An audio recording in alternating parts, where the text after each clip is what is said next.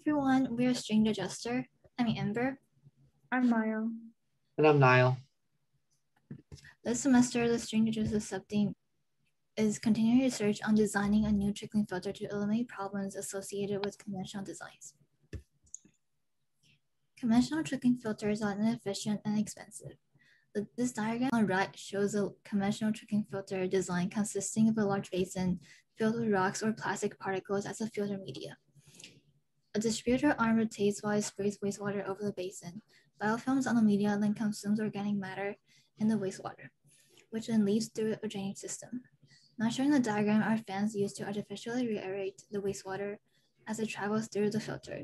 Issues of conventional trickling filter designs include preferential flow, which leads to unused space, clogging problems of a distributor arm, and the excessive energy that artificial reaeration of filter media consumes. Therefore, String Adjuster aims to design a new trickling filter that addresses the issues of the traditional distribution system that is cost and space effective. So the String Adjuster subteam was created in response to the remaining need for secondary and tertiary wastewater treatment after the treatment from the upflow anaerobic sludge blanket reactor. The traditional industrial scale trickling filter design needed improvement because previous work identified an issue with the process. There is a substantial amount of unused space in almost all treatment units due to preferential flow of wastewater. So the primary objective of our subteam is to continue to develop a novel design for a highly efficient, cost-effective, and environmentally sustainable filter. The String Adjuster subteam began by researching the operational difficulties, kinetics, and typical design parameters of trickling filters in spring 2018. And they found that the two main areas for improvement were the filter media itself and the distribution system. The team fabricated a benchtop model for flow mapping and conducted several rounds of tests to determine the distribution of flow in trickling filters with small rock and marble media. They wanted to maximize the surface area to volume ratio and minimize the observed preferential flow. So they shifted their focus towards strings. This concept led the team to start with very preliminary testing of an overflowing basin models, which you can see in figure 4. In the following 2 semesters, the team continued experimentation with the overflowing basin and focused on trying to find an ideal material to use for the strings. Nylon, polypropylene, and a stainless steel wire and cable were tested, but none of them performed well on the basin setup as the water did not flow on the strands due to their hydrophobicity.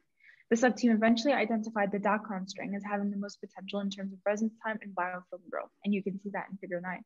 Finally, the subteam calculated the theoretical efficiency of a String Adjuster and found that it compared with and even exceeded traditional low rate and high rate trickling filters. So the conclusion was that the String Adjuster is the way to go. The summer 2019 team focused on creating an initial model using a matrix of strings and experimented with sprays, as you can see in figure 6. The team fabricated a benchtop model and began observing preferential flow patterns using red dye.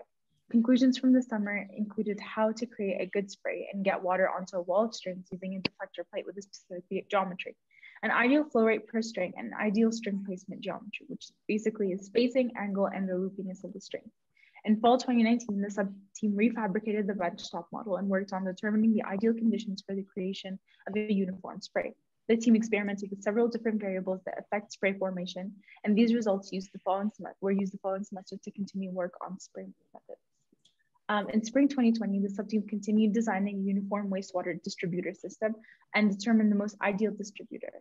Multiple trials were conducted for the original rectangular channel dispenser, metal propeller spray, and the mesh spray device, as you could see from figures 9 to 11. Experimental outcomes of this different spray experiments show non-ideal flow rates and preferential flow pattern, which indicated that more models and experiments are needed to determine the most effective spray device. This semester, our objective was to continue finding methods to distribute water to the strings. Based on past semester's work, we decided to move in a new direction with water distribution. Instead of using random distribution, we would guide the water directly to the strings. This resulted in us developing the jellyfish model, named as such due to the final appearance of the distributor with strings attached, which will be shown in a later slide. This device uses a conical geometry with helical channels to direct water directly on top of attached strings below. By adjusting the dimensions of the channel, height, and diameter, flow rate can be adjusted to the desired amount. Multiple versions of the device were CADed and 3D printed. However, they may also be machined with metal if materials testing indicates that plastic is not desired. Potential issues with the design could include flow problems, with channels not being able to properly contain the flow, and also potential clogging problems due to use of channel. Thus, we need to optimize the dimensions to our ideal flow rate.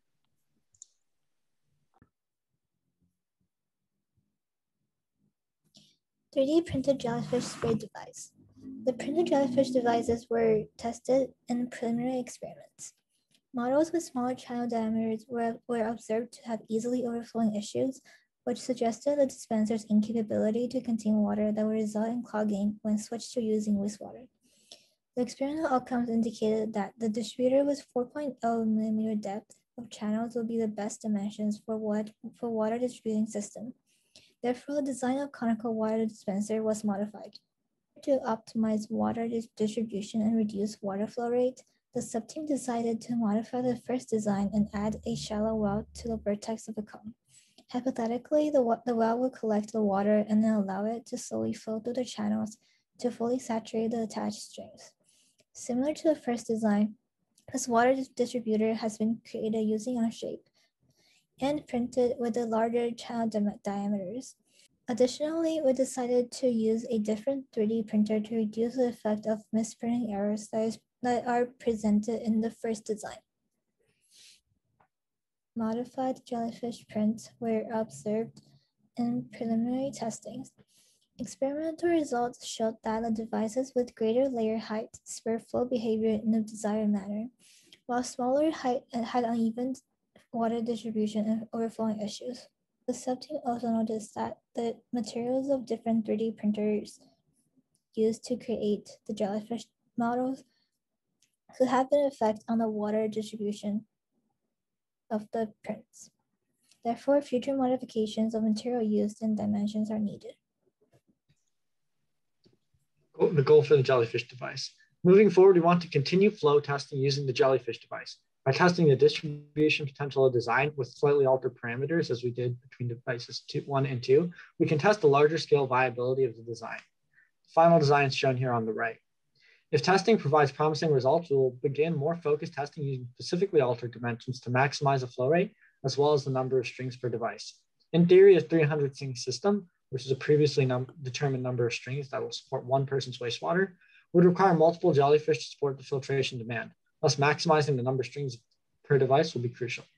After testing and determining ideal dimensions of the jellyfish device, future work can be continued to determine optimal materials, and ultimately, a whole system digester can be developed. So based off of our test this semester, here are the results of analysis. For design 1, we found that channels of 3.4 millimeter depth overflowed easily, meaning water would flow over the sides. However, channels that were greater than 4.4 millimeters were determined to be optimal. Additionally, with the first device, we found the low resolution printing and filling error highly affected the design, and there was an issue of uneven distribution along the cone. However, overall, there were positive initial tests, thus we decided to move to design 2. We found that the higher 3D printing resolution positively affected flow, and the use of the reservoir generated more beneficial distribution. However, the use of resin inhibited flow and is not recommended for further development. Overall, test results show potential for the jellyfish design, and we recommend future work to determine full-scale viability. In addition, this semester, we also came up with an alternative design, which was a spoon-shaped model, or technically an upward-facing, irregular, parabolic-shaped spray device.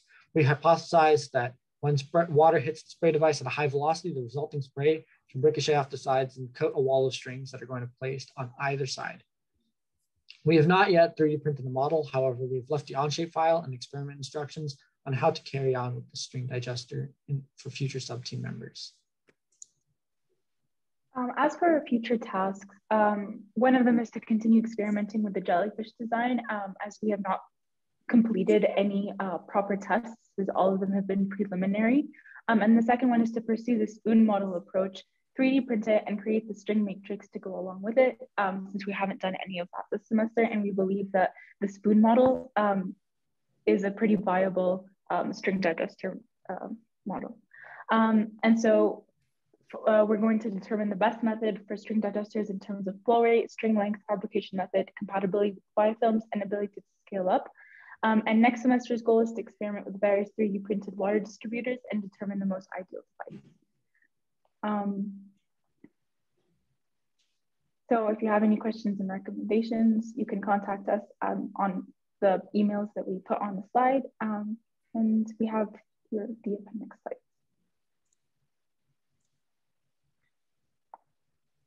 So thank you.